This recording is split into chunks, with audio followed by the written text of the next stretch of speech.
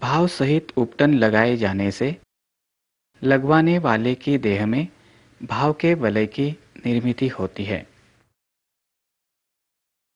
तेल मिश्रित उपटन लगाने के कारण तेज तत्व स्वरूप शक्ति का प्रवाह व्यक्ति की ओर आकृष्ट होता है और देह में इस शक्ति के वलय की निर्मिति होती है। शक्ति के इस वलय द्वारा शक्ति के प्रवाह एवं शक्ति के कण फैलते हैं। मांत्रिक अर्थात पाताल की बलवान अनिष्ट शक्तियों द्वारा व्यक्ति के देह में निर्मित काली शक्ति का विघटन होता है और व्यक्ति के देह पर बना काला आवरण दूर होता है। उपटन लगाने के उपरांत स्नान आरंभ करने पर देह में ईश्वरीय तत्व का प्रवाह आकृष्ट होता है और देह में उसका वलय निर्मित होता है। ईश्वर से चैतन्य का प्रवाह स्नान के जल में आकृष्ट होता है और जल में इस चैतन्य के वलय की निर्मिति होती है। इस वलय द्वारा आप तत्व स्वरूप चैतन्य का प्रवाह व्यक्ति के देह की ओर प्रक्षेपित होता है। व्यक्ति के देह में इस चैतन्य का वलय निर्मित होता है। आप तत्वात्मक चैतन्य के वलय द्वारा चैतन्य के प्रवाह वातावरण में प्रक्षेपित होते हैं।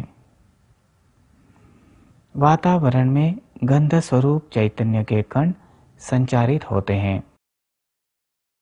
स्नान करते समय व्यक्ति के देह में आनंद का प्रवाह आकृष्ट होता है और व्यक्ति के देह में आनंद के वलय की निर्मिति होती है।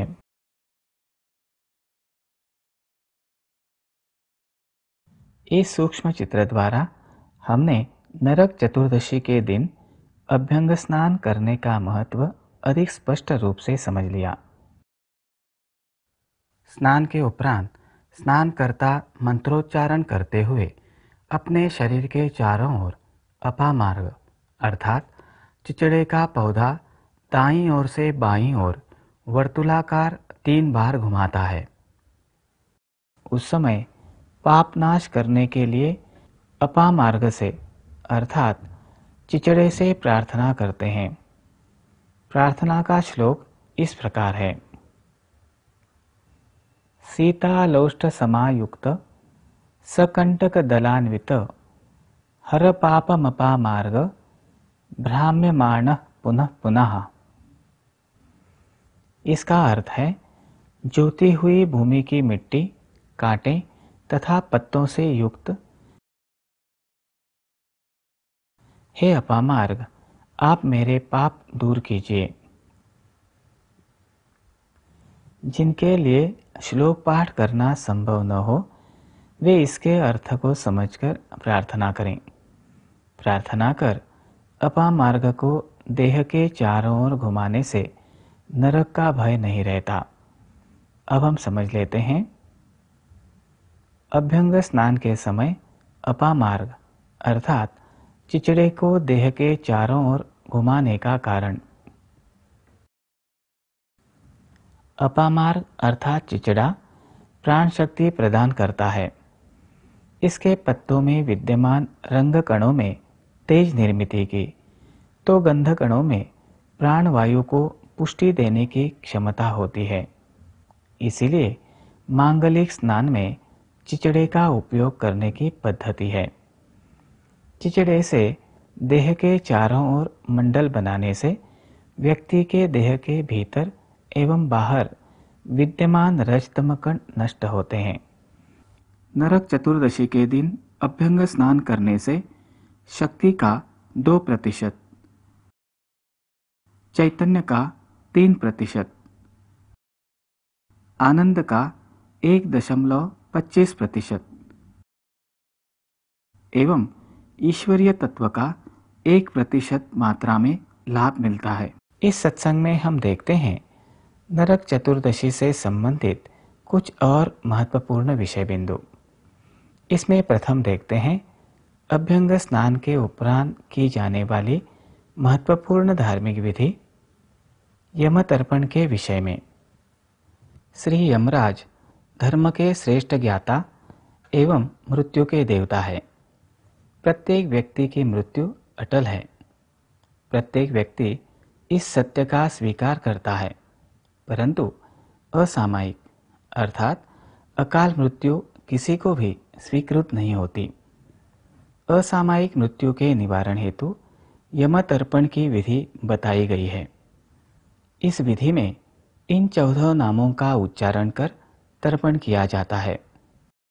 1. यम, 2. धर्मराज, 3. मृत्यु, 4. अंतक, 5. वैवस्वत, 6. काल, 7. सर्वभूत क्षयकर, 8. औदुंबर, 9. दग्न, 10. नील, 11. परमेष्ठिन, 12. वृकोदर, 13.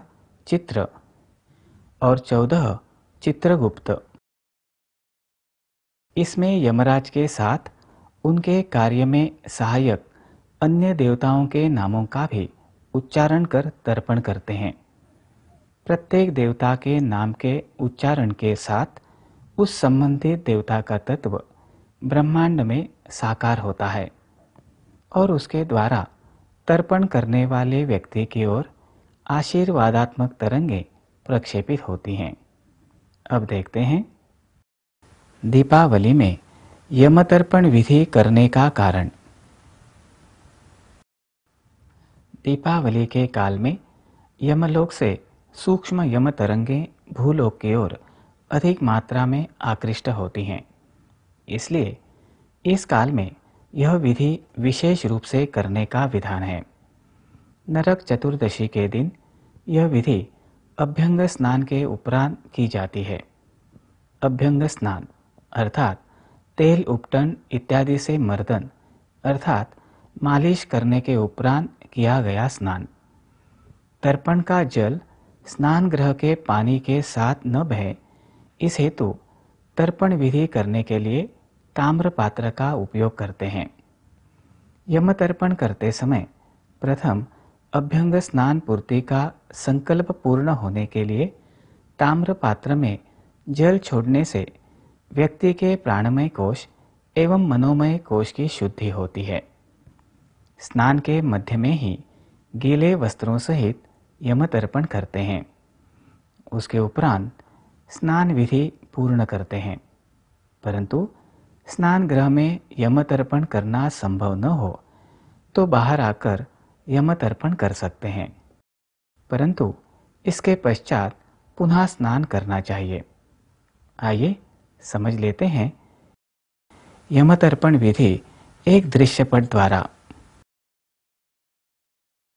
स्नान के उपरांत स्नानकर्ता यमादि देवताओं का नाम लेकर ताम्र पात्र में जल छोड़ता है।